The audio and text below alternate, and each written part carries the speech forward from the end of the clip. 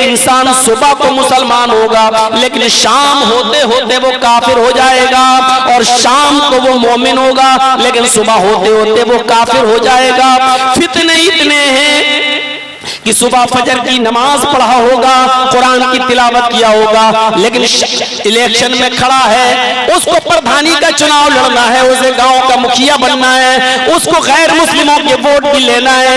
वही बेचारा गांव का मुखिया जिसने सुबह फजर की नमाज जमात के साथ पढ़ी, कुरान की तिलावत की, लेकिन शाम तक हिंदू भाइयों का वोट लेने के लिए वो किसी मंदिर में भी जा चुका होगा, मंदिर में टीका भी लगा चुका होगा, मंदिर में जाकर वो अपना माथा भी टेक चुका होगा, ताकि ये साबित कर सके कि हिंदू भाइयों तुम्हारे साथ भी हैं। युस्बिहुर रजुलु मुमिनन व युमसी काफिरन। तुम देखोगे सुबह एक इंसान मोमिन होगा लेकिन शाम होते होते वो काफिर हो जाएगा, और शाम को मोमिन होगा, सुबह होते होते वो काफिर हो जाएगा। इतने बड़े बड़े फितने आ रहे हैं तुम्हारे ऊपर, हमारे ऊपर, इसलिए बादिरू बिल आमाली इसी सारिउ इला मगफिरतिन मिन रब्बिकुम व जन्नतिन। ऐ लोगों, अपने रब की मग़फ़िरत की तरफ जल्दी करो और उस जन्नत को हासिल करने के लिए जल्दी करो जिसका तूल अर्ज़ ज़मीन और आसमान के बराबर है, जो अल्लाह से डरने वालों के लिए, मुत्तक़ियों परहेज़गारों के लिए जो तैयार की गई है। नेक अमाल में जल्दी करो। हम जल्दी किसमें करते हैं? अच्छा मोबाइल खरीदने में, अच्छा लैपटॉप लेने में। हमें मालूम है कि कल तक हमारी सर्विस है, अभी नेट पैक है, लेकिन उसका इंतजाम एक दिन पहले से होने लगता है कि इसके लिए पैसा जुड़ा लो, इकट्ठा कर लो। बंद नहीं होना चाहिए। जितनी फिक्र आप इस चीज की कर रहे हैं मेरे भाइयों, उससे ज्यादा फिक्र आपको नेक अमाल की होनी चाहिए, उसमें जल्दी करने की फिक्र होनी चाहिए उसकी। जैसे कि उसी में दिमाग लगा हो। जन्नत में जो लोग जाएंगे और अल्लाह के अर्श के साए के नीचे जो लोग होंगे, उनमें से एक वो भी होगा। कौन? जो जिसका दिल मस्जिद की तरफ लटका हुआ है। रजुलुन मुअल्लकुन फिल मसाजिद, क़ल्बुहु मुअल्लकुन फिल मसाजिद। वो आदमी जिसका दिल मस्जिद की तरफ लटका हुआ है, यानी ज़ोहर पढ़ के आया, काम करता जा रहा है, लेकिन बार बार घड़ी देख रहा कि असर का वक्त कब हो रहा है। असर की नमाज पढ़ के आया, बिजनेस कर रहा है, दुकान चला रहा है, खेती बाड़ी कर रहा है, ऑफिस में बैठा है, कंप्यूटर चला रहा है, लेकिन बार बार घड़ी देख रहा है मगरिब कब हो रही है। कहीं ऐसा ना हो कि हम इसमें मुनहमिक रहें और हमारी मगरिब की नमाज छूट जाए। फौरन मगरिब का वक्त होता है और वो जाता है, मगरिब पढ़ के आता है कि ईशा में दिमाग लगा हुआ है, ईशा नमाज पढ़ के आ रहा है, बिस्तर पे सोता है, बार बार रात में आंख खुलती है, घड़ी देखता कहीं फजर की नमाज कज़ा तो नहीं हो रही है मेरी। बार बार उसका मस्जिद की तरफ लगा है, फजर की नमाज की तरफ लगा है। ऐसा शख्स अर्श के साए में होगा। सबातु युज़िल्लुहुमुल्लाहु फी ज़िल्लिही यौमा ला ज़िल्ला इल्ला ज़िल्लुहु इमामुन आदिल व शाबुन नशा फी इबादति रब्बिही व रजुलुन क़ल्बुहु मुअल्लकुन फिल मस्जिद। जिसका दिल मस्जिद की तरफ लगा हुआ है, जो हर वक्त मस्जिद के बारे में सोच रहा है, नमाज के बारे में जिसका तसव्वुर है, वो अल्लाह के अर्श के साए में होगा। जिस दिन अल्लाह के अर्श के साए के अलावा कोई साया नहीं होगा। यानी नेक अमाल में जो जल्दी करता होगा, उस आदमी के बारे में अल्लाह तबारक अल्लाह के नबी ने खुशखबरी सुनाई है कि ये आदमी अल्लाह के अर्श के साए में होगा। हम तसव्वुर करें अपनी जिंदगी पर। मुझे मालूम है 1.5 घंटा 1 घंटा जितनी देर भी हम आपके सामने बोलेंगे उतनी देर तक असर रहेगा, और उसके बाद में हमें मालूम है इस तकरीर का कितना असर पड़ा। वो आपकी गांव की मस्जिद बता देगी फजर की नमाज में कि इस जलसे का कितना असर पड़ा है। सवाल करिएगा सुबह फजर की नमाज में मस्जिद से, फजर में पहुंच जाइएगा मस्जिद में और मस्जिद से पूछिएगा आज रात में जो तकरीर हुई, जिसके पूरे खर्चे का इंतजाम जलसे से पहले ही हो गया था, चंदा वंदा नौजवानों ने खूब दिया और पहले ही उसका इंतजाम हो गया। इतने दिनों की मेहनत के बाद इस इजलास का जो आज खत्म हुआ है, इसका असर इस मोहल्ले और इस गांव के नौजवानों पर कितना पड़ा।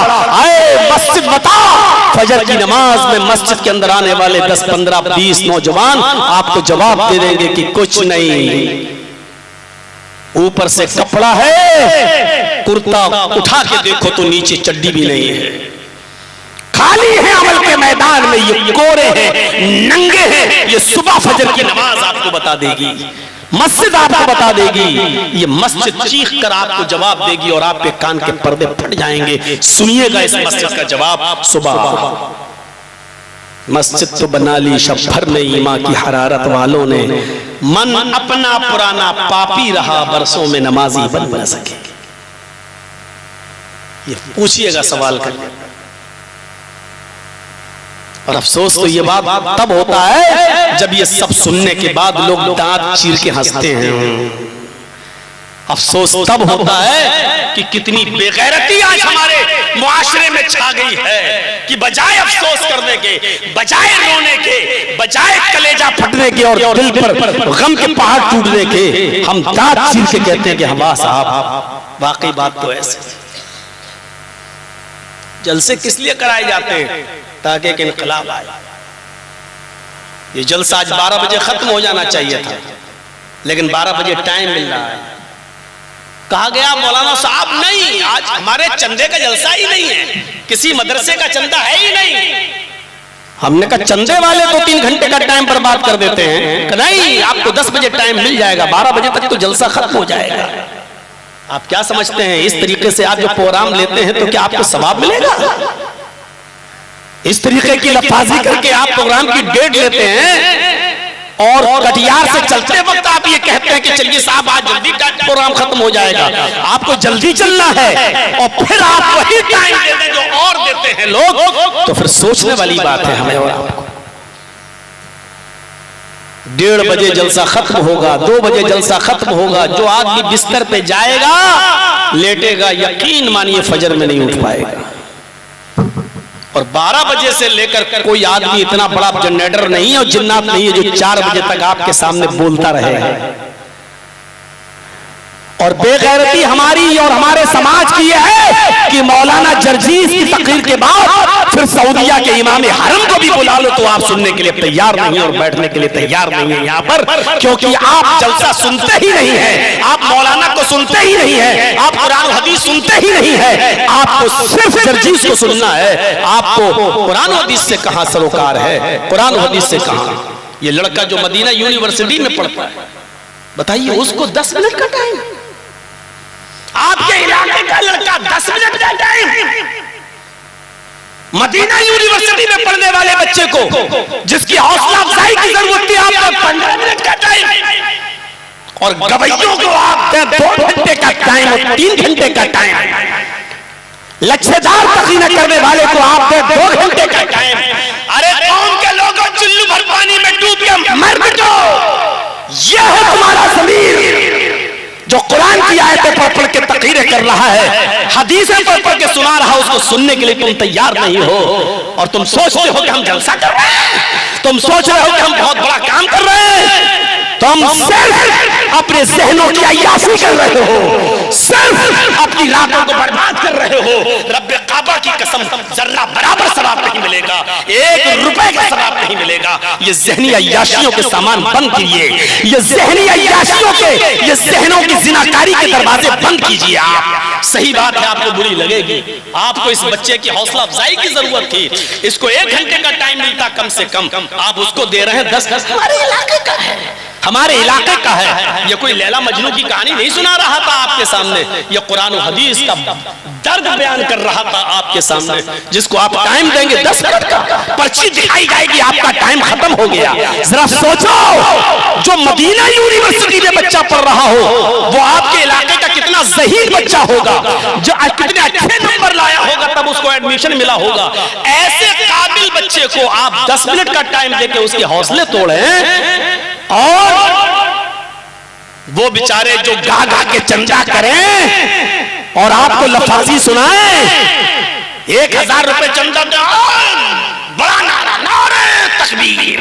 जो 100 रुपए चंदा दे, अल्लाह इसके कारोबार में बरकत दे। और जो 1000 का नोट लगे, नारे तकबीर। जो ये करके लफाजिया करें, उनकी ज़हनी अय्याशियों के लिए आप उनको 2 घंटे का टाइम दे, 3 घंटे का।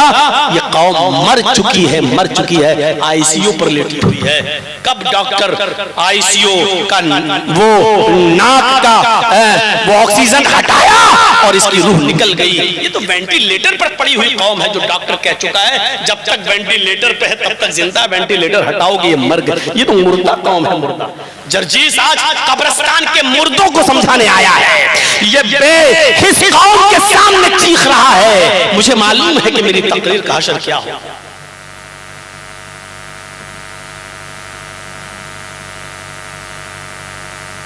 नेक अमाल में जल्दी करो। तकरीरें ऐसी होती हैं, और माफ करना, होम्योपैथिक से इलाज करना मेरे बस की बात नहीं है। हम तो ऑपरेशन करते हैं डायरेक्ट, हमने कर दिया है। और ऑपरेशन जब होता है तो थोड़ा सा दर्द होता ही है, और होना भी चाहिए। जब जलसों में किसी को दर्द ना हो तो फायदा नहीं होगा। होम्योपैथिक की दवा बड़ी मीठी होती है, बच्चे भी खा लेते हैं, इसीलिए वो मरने के बाद फायदा करती है, देर से फायदा करती है। इस वक्त इस कौम को ऑपरेशन की जरूरत है, जो जरूरी है। सारे इला मग़फ़िरतिन मिन रब्बिकुम व जन्नतिन, नेक अमाल में जल्दी करो, अपने रब की मग़फ़िरत में के लिए और हुसूल जन्नत के लिए लगो, जल्दी करो। अल्लाह के रसूल नमाज के अंदर है। और कल मैंने ये वाक़या सुनाया था, कल हतिया दियाड़ा में अल्लाह के रसूल नमाज पढ़ाने के लिए खड़े हुए, नमाज की इकामत भी कह दी गई। अल्लाह के नबी अल्लाहु अकबर कहकर नियत बांधने वाले हैं, और साहबा इकराम नबी के पीछे सब बांधे खड़े हैं। अल्लाह के रसूल ने सबको सफों में खड़ा छोड़ दिया और अपने हुजरे में चले गए, अपने हुजरे में चले गए। हुजरे में गए, सोने की एक डली निकाली तकिए के नीचे। इससे पहले वाला वाक़या अबू बकर सिद्दीक का था, अब जो वाक़या सुना रहा हूं वो हजरत मुहम्मदुर रसूलुल्लाह का है। नबी अकरम ने नमाज पढ़ाना छोड़ दिया, जबकि नमाज पढ़ना भी जरूरी था, ये भी फर्ज था, लेकिन आपने नमाज पढ़ाना छोड़ दिया। आपको एक काम याद आया, सोने की डली आपके तकिए के नीचे, पिल्लों के नीचे रखी हुई थी। आपने उसको निकाला और आप उसको लेकर बाहर निकले, गरीबों और मिस्कीनों को तलाश किया। आपने वो सोने की डली गरीबों और मिस्कीनों में तकसीम कर दी। उसके बाद मस्जिद में आए, अल्लाहु अकबर कहकर नमाज पढ़ाना शुरू की। और जब सलाम फेरा तो सहाबा ने अर्ज किया, अल्लाह के रसूल, पहली बार ये मंजर देखा है, नमाज के लिए इकामत कह दी गई हो, नमाज के लिए तकबीर कह दी गई हो, और आप नमाज पढ़ाना छोड़कर घर में चले जाएं, हुजरे में